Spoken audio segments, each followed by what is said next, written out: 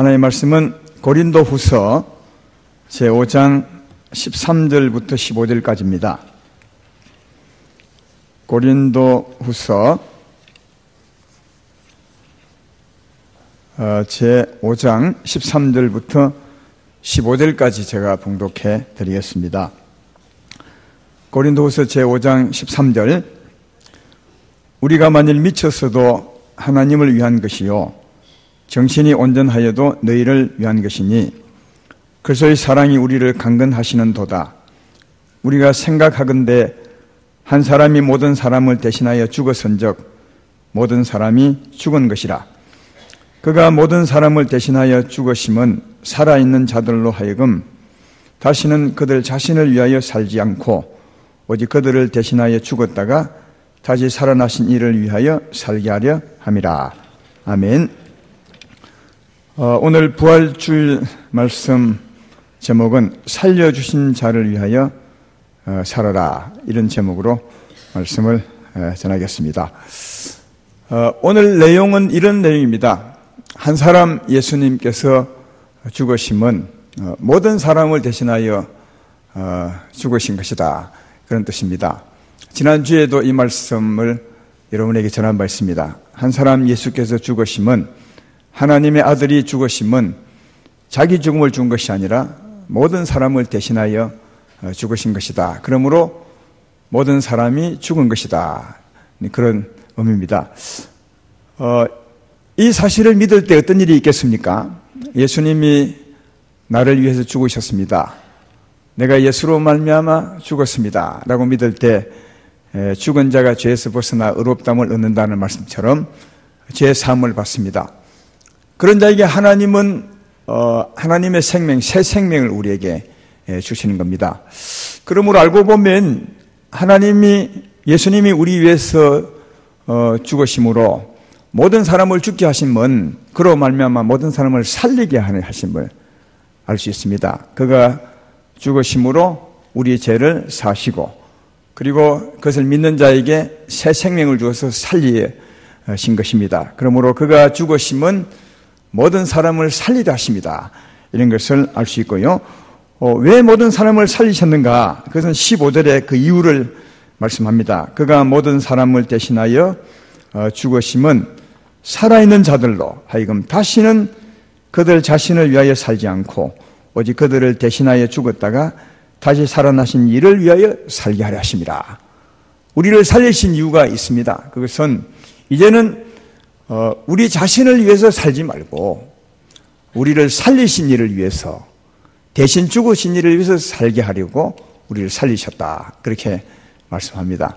예수님을 믿는 여러분들이요, 우리의 삶의 목표가 분명하죠. 우리를 살리시기 위해서 죽으신 예수를 위해서 살으셔야 한다, 그런 뜻입니다.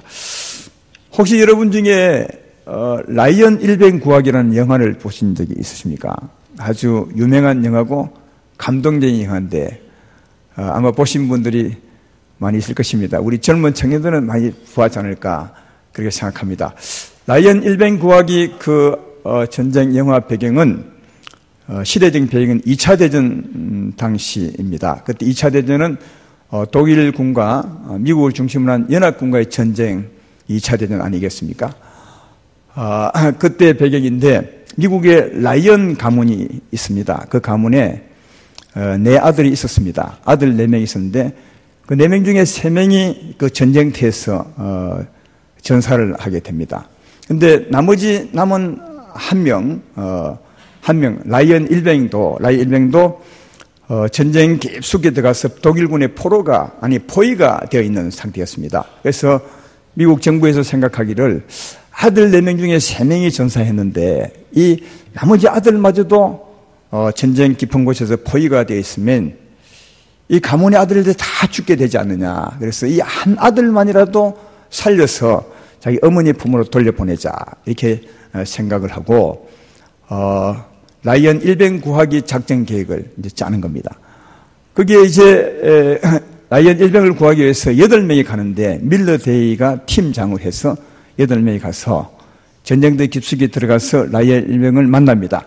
그리고 이제 그를 구출해내는데, 그 과정에서 8명은 죽음을 당합니다.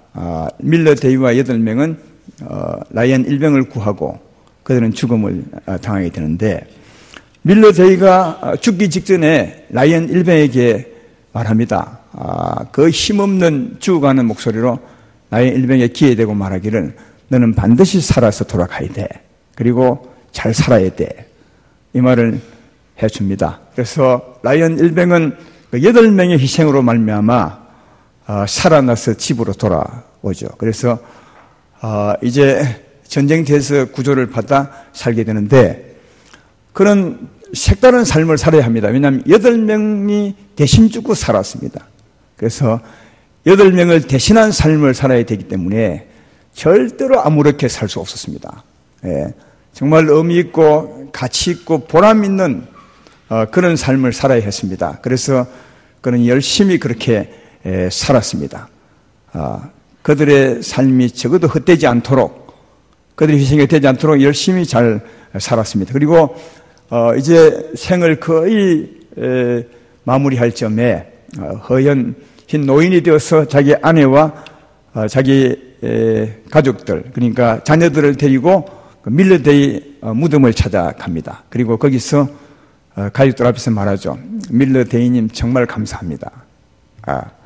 나는 당신들의 희생 때문에 살아나서 이렇게 살고 있습니다. 그리고 열심히 살려고 애를 썼습니다. 저는 매일 밀러데이 당신이 죽기 전에 내 귀에 대고 한 말을 잊지 않습니다.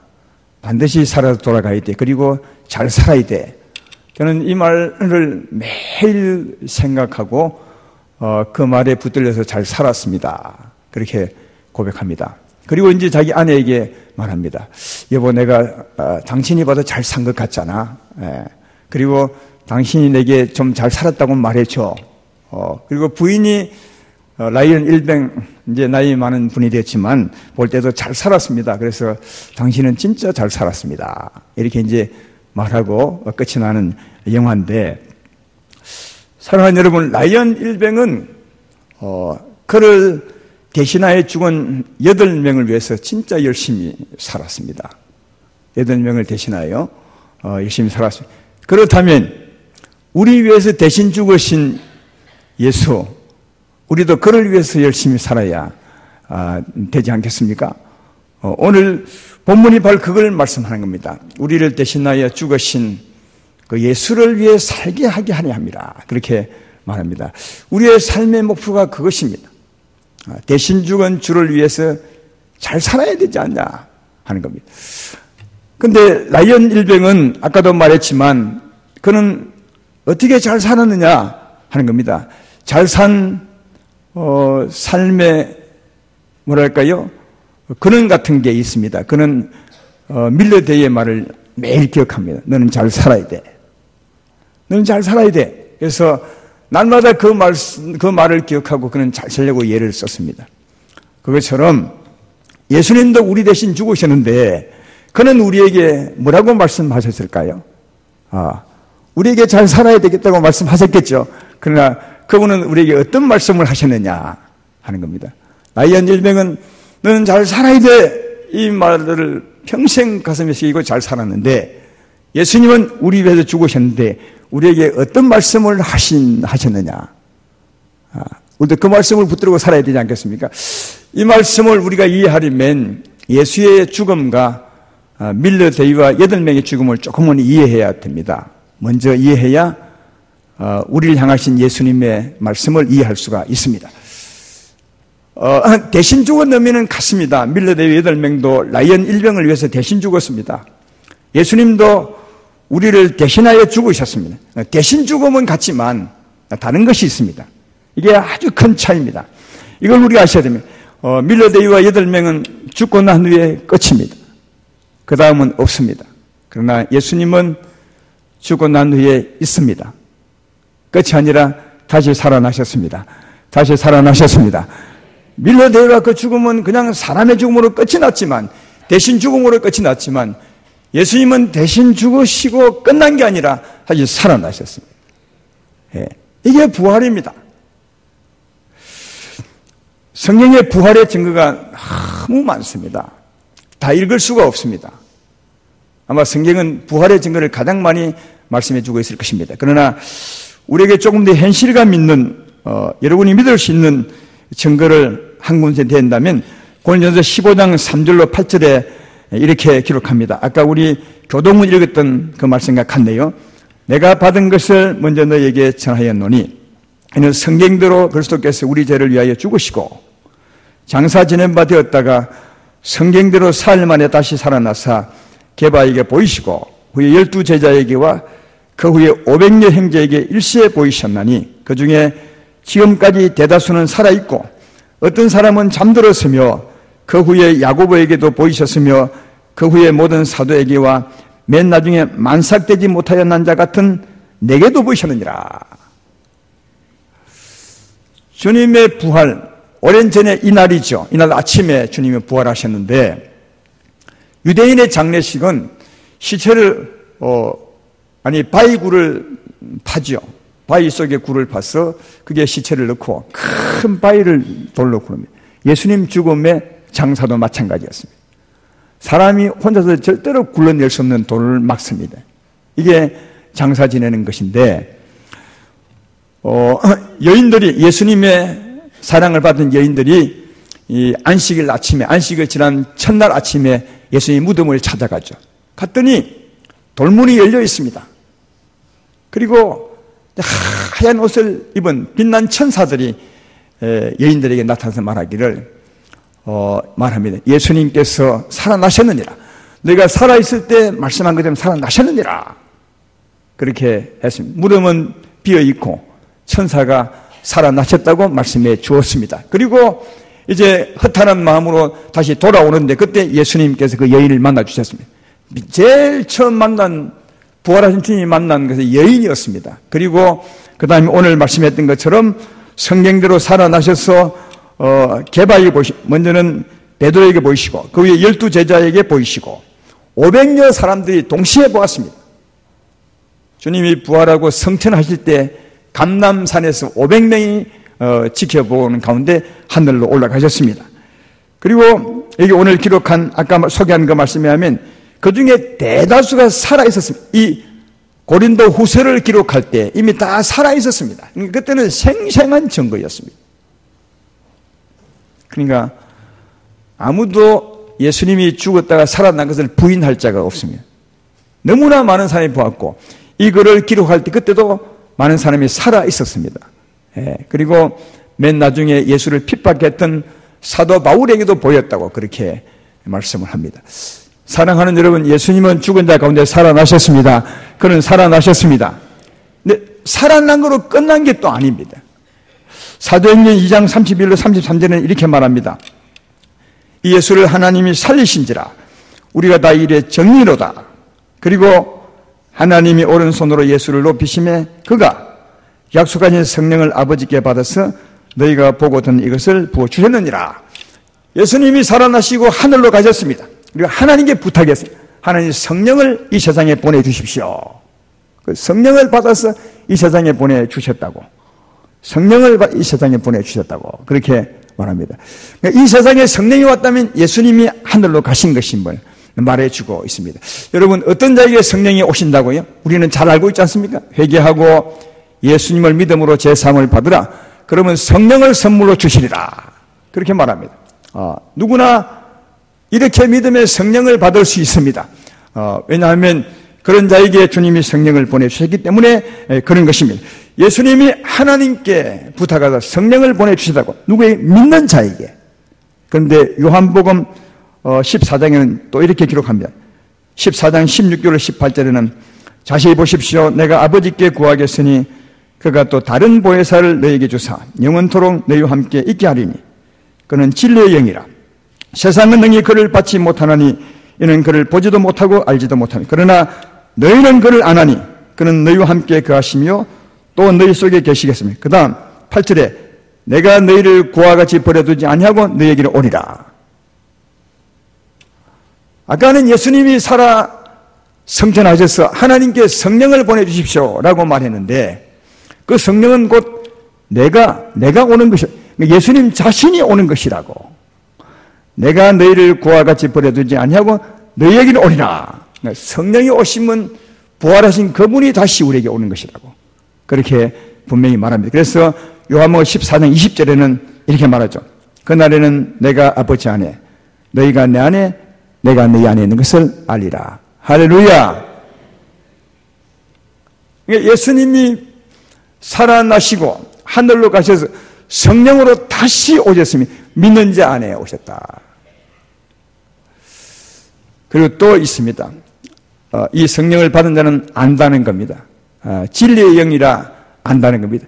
진리의 영이란 말은 거짓의 영과 반대입니다. 불안하고 초조하고 욕심과 거짓과 불의 이거 반대입니다. 진리의 영은 사랑과 희락과 기쁨과 평안과 거룩함입니다. 예. 안다는 건 진리의 영이기 때문에 여러분 성령을 보신 분은 아무도 없지요. 혹시 성령을 보신 분 계십니까? 성령은 영이시라 볼 수 없습니다. 그러나 그가 오신 것은 알 수 있습니다. 왜? 진리의 영이라. 그가 오시면 사랑과 희락과 화평으로 사람의 변화를 받습니다. 오신 기운이 있습니다. 그래서 전에는 그런 흔적이 없었는데 성령이 오고 난 후에는 내 마음이 이상하게 변화가 되어서 밝은 마음이 생기고 사랑이 생기고 온유한 마음이 생기고 부드러운 마음이 생겼어. 이 진리의 영의 흔적을 볼 때 주님이 내게 와 계시는구나. 성령을 보면 없지만 성령이 나타나는 흔적으로 우리는 충분히 알 수 있다고. 그날에 네가 알 것이라. 그렇게 말씀하시면 성령은 보지 못하지만 느끼지 못하지만 그분이 주는 진리의 영 흔적으로 알 수 있다고 그렇게 말씀하는 겁니다. 어제 우리 집사람과 함께 여전히 창원 공소노에 가서 몇 바퀴 돌았습니다. 완전히 기운이 달랐습니다. 꽃이 운동장 주위에 아주 만발해 있고 향기가 가득한 것 같고 또 특별히 어제는 그 운동장 잔디가 새파랗게 돋아났습니다. 그래서 이야 봄이구나, 봄 기운이 왔구나, 봄이 왔구나 그렇게 충분히 알 수 있었습니다. 그 주위의 흔적을 보면. 그러나 봄은 안 보였습니다. 봄 기운도 안 보였습니다. 봄은 보이지 않고 봄 기운은 안 보이지만 그 봄 기운이 만들어내는 흔적을 보면 봄이 왔음을 알 수 있었습니다. 마찬가지입니다. 우리 주님은 우리에게 오셨지만 안 보입니다. 그러나 그는 진리의 영이기 때문에 다 느낄 수 있습니다. 그래서 그는 진리의 영이라 너희 속에 계신 것을 네가 알 것이라 그렇게 말씀하십니다. 여러분도 아마 한 번도 주님을 본 적이 없지만 주님을 느낀 적도 없지만 아마 주님이 내게 왔음을 아는 분들은 다 아마 많을 것, 대부분일 것이라 그렇게 생각합니다. 내 말 이해되면 아멘 합시다. 왜 이렇게 소리가 적습니까? 다시 한 번 더 내 말 믿으면 아멘 합시다. 예. 괜히 내 말 때문에 아멘한 것은 잘못되고요. 하여튼 주의 성령이 오시면 봄 기운이 오면 그 흔적이 있는 것처럼 주의 성령이 오면 흔적이 있습니다. 진리의 영의 흔적이 있습니다. 나를 변화시키는 흔적이 있습니다. 그래서 주의 성령이 나와 함께 계시구나 이걸 알 수 있는 성령도 그것을 말씀하는 거다. 오늘 제가 말씀하고 싶은 건 이겁니다. 밀러 데이와 8명은 죽고 없어졌습니다. 끝났지만 주님은 죽음으로 끝난 것이 아닙니다. 죽으시고 살아나시고 다시 성령으로 우리 안에 오셨습니다. 여러분 안에 오셨습니다. 우리 안에 오셨습니다. 할렐루야. 왜 오셨을까요? 그것도 성경이 자세하게 말합니다. 지금 저는 요한복음 14장을 말씀하고 있는데 요한복음 14장에서 이렇게 말합니다. 그가 왜 오셨는지 요한복음 14장 25절로 26절에 이렇게 말합니다. 내가 아직은 너희와 함께 있어서 이 말을 너희에게 하였거니와 보혜사 곧 아버지께 내 이름으로 보내실 성령 그가 너희에게 모든 것을 가르치고 내가 너희에게 말한 모든 것을 생각하리라. 지금은 내가 있어서 내가 말하지만 내가 너희 삶을 인도하지만 성령이 오시면 네 가운데 오시면 그가 내 말을 기억나게 하고 생각나게 하시고 주의 말씀을 들을 때 깨달음을 주어서 말씀할 거다. 이 삶을 인도할 거다. 우리 안에 오신 주님이 하나님 말씀으로 인도한다는 겁니다. 다만 육체의 음성이 아니라 생각이 나게 하고 기억이 나게 하고 우리에게 말씀을 들을 때 깨닫게 하셔서 말씀을 하신다는 거예요. 주님이. 그것뿐입니까? 요한복음 14장 27절에는 이렇게 말합니다. 평안을 너에게 주노니 곧 나의 평안을 너에게 주노라. 내가 너에게 주는 것은 세상이 주는 것 같지 아니하니라. 너희는 마음에 근심하지도 말고 두려워하지도 말라. 그리고 우리에게 평안을 끼친대. 여러분 안에 오신 성령께서 우리에게 평안을 주신대. 세상에서 얻을 수 있는 평안을 주신대요. 살아계심으로. 세상에는 좋은 일만 있으면 평화가 있고 기쁨이 있지만, 그러나 주님은 좋은 일이 없을지라도 주님이 평안을 주신다는 겁니다. 왜? 어려움을 이길 수 있도록 평안을 내게 끼치노니, 그렇게 말씀합니다. 그리고 이어서 요한복음 15장에는 비유로 말씀하죠. 나는 포도나무여 너희는 가지라. 그러므로 포도나무 가지가 포도나무에 붙어 있을 때 많은 열매를 맺는 것처럼 너희도 내 안에 거하라. 그러면 많은 열매를 맺을 것이라. 여러분, 포도나무와 포도가지 그 관계처럼 우리와 주님 사이의 관계 그렇다는 겁니다. 포도나무에서 가지에게 생명을 공급합니다. 생명 공급하는지 모르겠던 끊어보십시오. 금방 말라버립니다. 그러니까 붙어있다는 말은 생명을 계속 준다는 말이죠. 열매 맺도록. 우리 안에 오신 주님도 우리에게 그렇게 한다는 겁니다. 우리에게 생명의 힘을 공급한다는 겁니다. 삶의 힘을 공급한다는 것입니다. 삶의 열매 맺도록 사랑하며 용서하며 오래 참여 살 수 있도록 삶의 아름다운 열매를 맺을 수 있도록 힘을 준다는 거예요. 이 힘이 있어야 열매를 맺을 수가 있는 것입니다. 이 힘이 있어야 아름다운 열매를 맺을 수 있고 삶을 살아갈 수가 있는 것입니다. 주님은 포도나무처럼 우리에게 힘을 주신다는 거예요. 여러분 안에 계신 주님은 노는 것이 아니라 삶의 열매를 맺을 수 있도록 힘을 우리에게 공급해 주신다. 그래서 이 힘을 공급하여야만이 네가 삶의 열매 맺을 수 있을 것이라. 나를 떠나서는 아무것도 할 수 없을 것이라. 그렇게 말하면서 힘을 공급해 주고 계심을 알 수 있는 거죠. 그러나 여러분도 살아보셨지만 알 것입니다. 이 힘을 공급받고 주의 뜻대로 살고자 한다고 해도 삶에 실패할 때가 많습니다. 물론 성공할 때가 더 많겠지만 우리 삶이 실패하여서 자로나 우노나 지우칠 때가 참 많습니다. 죄를 지을 때가 많습니다. 주님을 의지하고 살아갈 때도 그럴 때가 참 많습니다. 그러나 그때도 하나님은 역사하십니다. 어떻게 하시죠? 요한일서 1장 9절에 이렇게 말합니다. 만일 우리가 우리 죄를 지으면 우리 죄를 자백하면 그를 미쁘시고 의로우사 우리 죄를 사하시며 우리를 모든 불의에서 깨끗하게 하실 것이요 다시 하나님의 힘을 얻을 것이라. 이렇게 이어지는 거죠. 삶에 실패할 때가 많지만 그때도 우리가 진심으로 주 앞에 고백하면 회개하면 주님은 우리 죄를 깨끗하게 씻으시고 새롭게 하시고 우리에게 다시 힘을 공급해 주신다. 그래서 디도서 3장 5절로 7절은 이렇게 말합니다. 우리를 구원하시되 우리가 행한 바 의로운 행위로 말미암지 아니하고 오직 그의 긍휼하심을 따라 중생의 시선과 성령의 새롭게 하심으로 하셨나니 우리 구주 예수 그리스도로 말미암아 우리에게 성령을 풍성히 부어주셔서 우리로 그의 은혜를 힘입어 의롭다 하심을 얻어 영생의 소망을 따라 상속자가 되게 하려 하심이라. 무슨 말입니까? 우리가 죄를 지으면 성령으로 우리를 새롭게 하신다는 겁니다. 그리고 성령을 풍성히 부어주셔서 그 능력으로 힘있게 살게 하신다는 겁니다. 이 삶의 결과로 하나님의 영광을 상속받도록 주님이 그렇게 하신다. 그러니까 죽으시고 살아나시고 오신 주님이 우리에게 굉장한 일을 하는 겁니다. 저는 이걸 가만히 묵상해 보면서 우리에게 오신 주님은 우리에게 어떤 일을 하는가 이걸 묵상해 보면서 마치 어머니가 어린아이를 돌보고 양육하는 모습과 너무너무 비슷하구나. 성령은 마치 어머님처럼 우리를 보살피고 양육하시는구나. 이것을 느낄 수 있었습니다. 여러분, 우리 젊은 여집사님들 또 어린아이를 가진 아이들은 아이를 어떻게 키우죠? 여러분도 아이를 키워봤으니까 잘 아실 거죠. 남편들도 아마 잘 알 겁니다. 아이들은 시시때때로 싸고 쌉니다. 그리고 울죠. 그러면 어머니들이 항상 갈아주고 닦아주고 씻어주고 새 옷을 입히고 또 배가 고프면 또 웁니다. 그러면 또 젖을 먹여주고 우유를 먹이고 그리고 자란 따라서 이 아이를 가르치고 세우고 잘 양육해 가는 것입니다. 우리 하나님도 꼭 우리에게 오신 주님도 꼭 같습니다. 우리도 시시때때로 쌉니다. 시시때때로 죄 짓잖아요. 아이는 오줌 싸고 똥 싸지만 우리는 시시때때로 죄를 짓습니다. 똥이나 오줌이나 같습니다. 안에서 밖으로 나오는 것이니까요. 더러운 것입니다.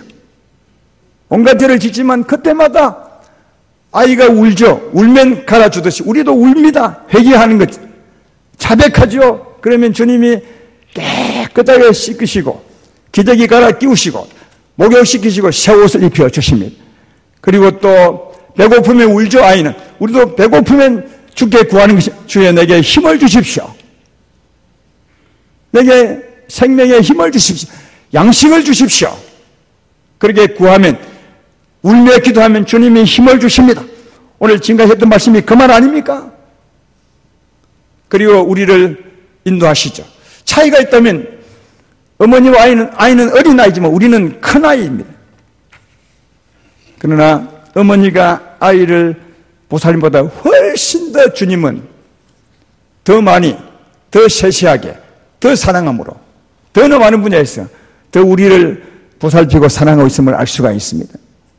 성령님은 우리의 어머니와 같습니다. 우리는 그에 비하면 갓난아이와 같습니다. 다만 몸이 큰 갓난아이예요.